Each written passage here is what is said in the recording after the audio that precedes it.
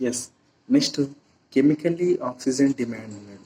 Chemically oxygen demand అంటే చూద్దాం.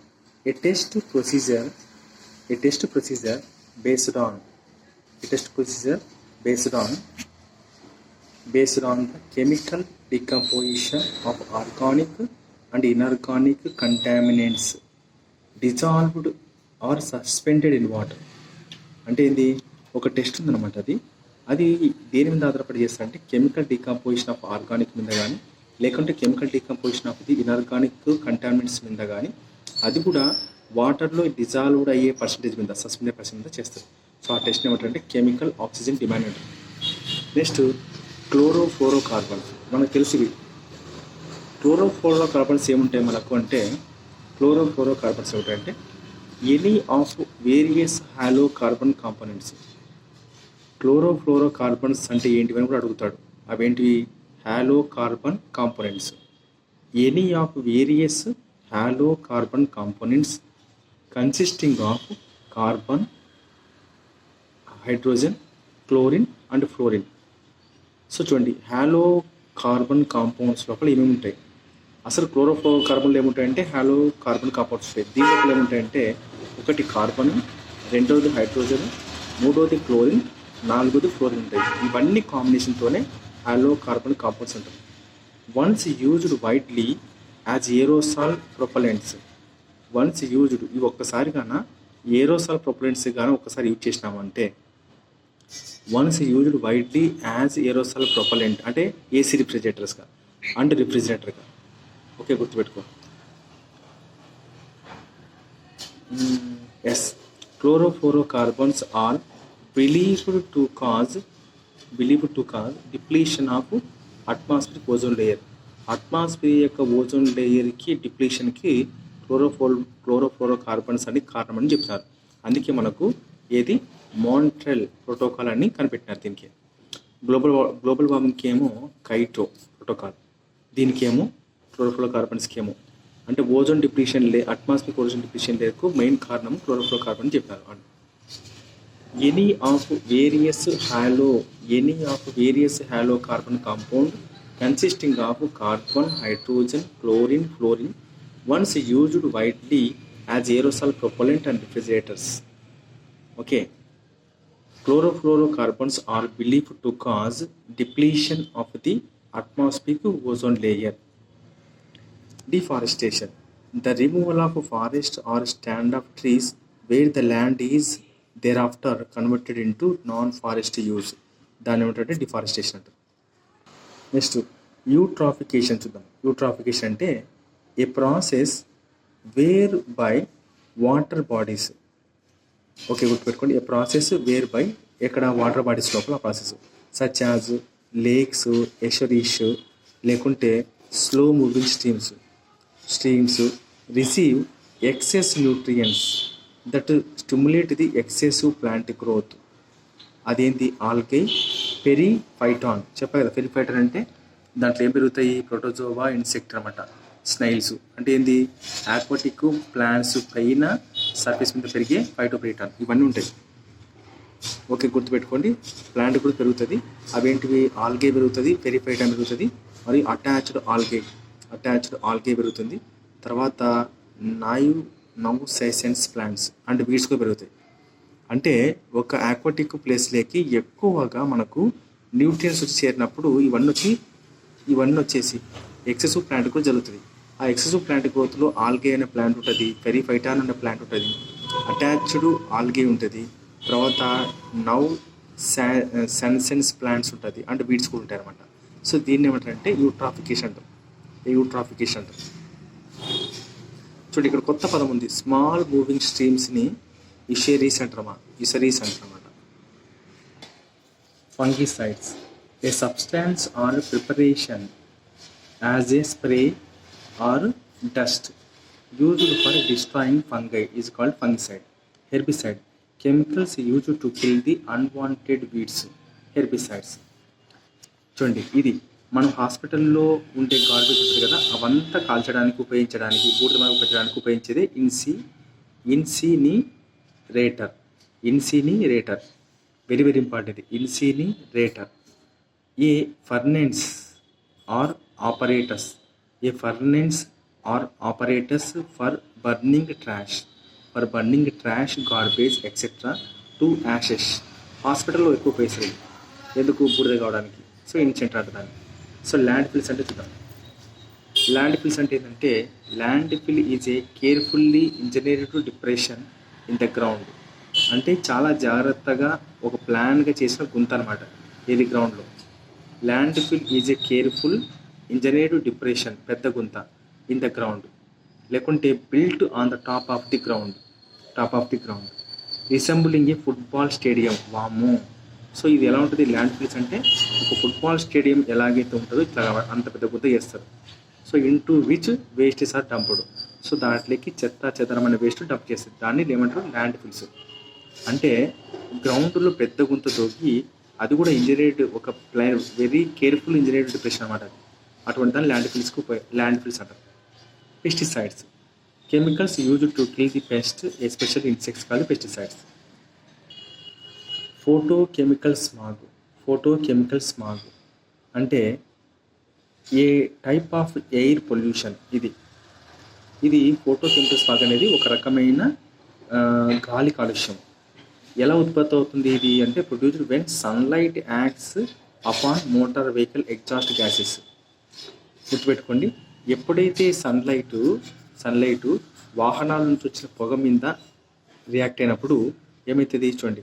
When sunlight acts upon motor vehicle exhausted gas అంటే బైకుల నుంచి కారుల నుంచి వచ్చే పొగ మీద సో యాక్ట్ చేసినప్పుడు అది ఎలా పారుతుంది to form a harmful substances such as ozone లేకుంటే ఆల్డిహైడ్ అండ్ పర్ ఆక్సీ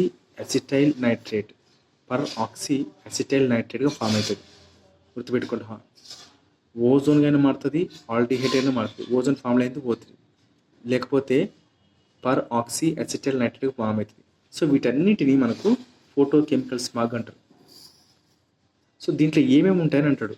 ఒక్కొక్కసారి మనకు ఫోటోకెమికల్ స్మాగ్లో ఏముంటాయని అడిగితే మనకు ఓజోన్ ఉంటుంది, ఆల్డిహైడ్ ఉంటుంది, ప్యాన్ ఉంటుంది. గుర్తుపెట్టుకోండి, చాలా important. Next poly blend POLY poly blend అంటే physical mixture of 2 or more polymers. ఒక పాలిమర్ కానీ లేకపోతే 2 పాలిమర్లు కానీ మిక్స్ అవుతాయి.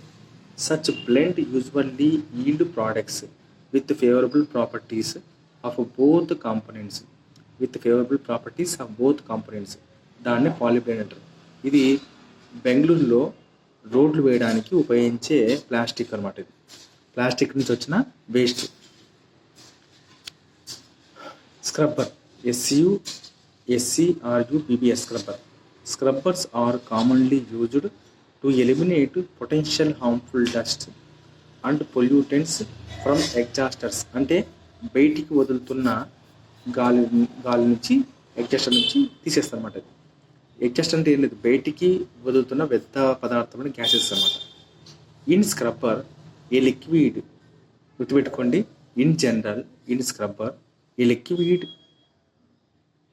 Scrubbers a liquid in general water added with active chemicals. A liquid water added with active chemicals is sprayed into the airflow. దాన్ని ఏమంటారంటే scrubber. So aerosol and gaseous pollutants in the air stream are removed by either absorption or chemical reaction with the water solution. Aerosols and gaseous pollutants in the air stream are removed by either absorption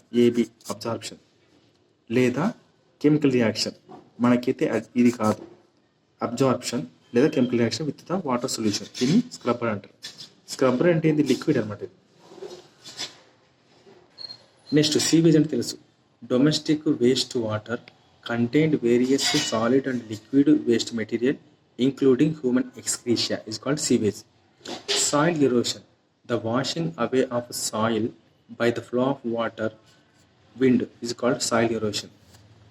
Next, thermal pollution. Water pollution caused by hot water coming out from industries, thermal power plant etcetera which is harmful to aquatic organisms. దీన్నే thermal pollution. Thermal pollution అనేది ఇది ఒక రకమైన నీటి pollution, water pollution. గుర్తుపెట్టుకోండి, thermal pollution అంటే ఏది? నీళ్ళ pollution, water pollution. Very very important. Thermal pollution అంటే దేని కిందకి వస్తుంది? వాటర్ పొల్యూషన్ కిందకి వస్తుంది. అల్ట్రా వైలెట్ బి చూడండి, మనకు ఏ ఉంది, బి ఉంది, సి ఉంది. దీంట్లో ఈ రెండు డేంజరస్. ఇది డేంజరస్ కాదు, అది మళ్ళీ మనం మాట్లాడుకుందాం. Ultraviolet B one of the three types of invisible light rays. One of the three types of invisible light rays together with ultraviolet A, ultraviolet C అంటే UV rays A type, UV rays C type given off by the sun. ఎవరి నుంచి వస్తుంది? ఇది సూర్యుడి నుంచి వస్తుంది.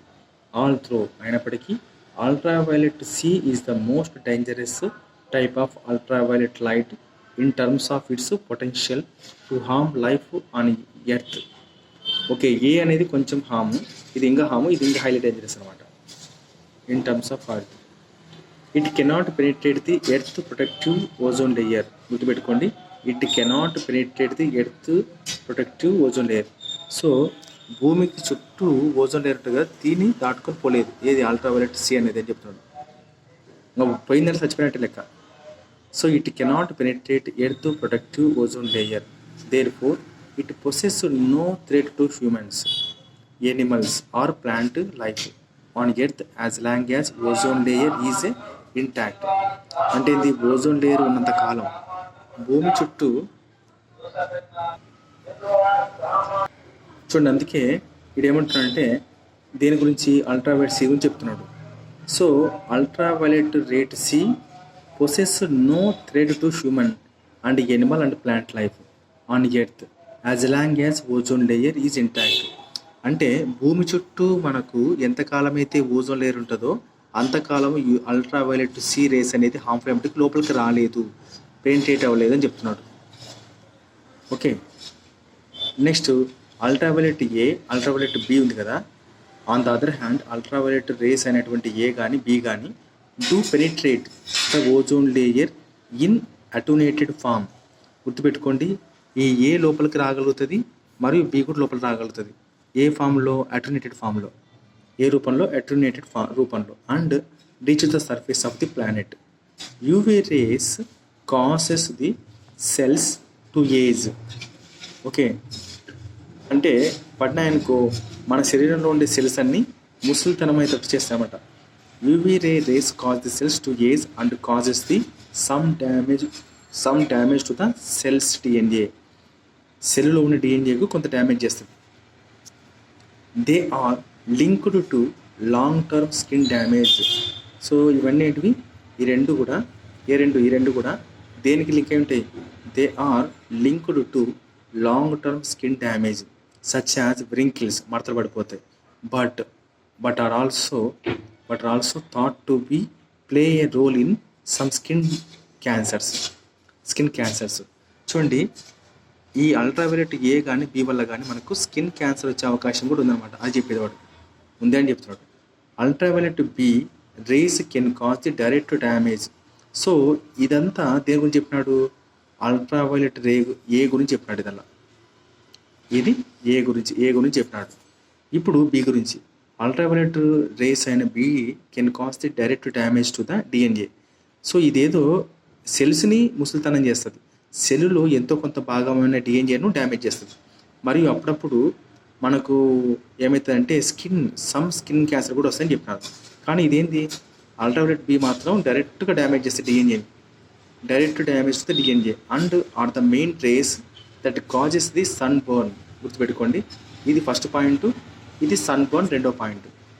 They are also believed to cause the most skin cancers. ఇక్కడ most skin cancers అన్నాడు, ఇక్కడ సమ్ స్కిన్ క్యాన్సర్ అన్నాడు. ఏం చెప్పలేదు. ఇక మనకు అడుగుతాడు direct damage to the DNA చేసేది ఏంటి అంటాడు. Ultraviolet B. మరి సి చేయదంటే సి రాదు కదా. ఓజోన్ లేయర్ ఉన్నంత కాలం భూమి చుట్టూ ఓజోన్ లేయర్ ఉన్నంత కాలము లోపలికి రాదు, ఇంకా లోపలికి వచ్చి చచ్చిపోతాం. కాబట్టి ఇది అడుగుతాడు, మన శరీరంలో డైరెక్ట్ డ్యామేజ్ చేసేది అల్ట్రావైలెట్ బి. అందుకే అల్ట్రావైలెట్ బి అనేది ఏంది మోస్ట్ డేంజరస్.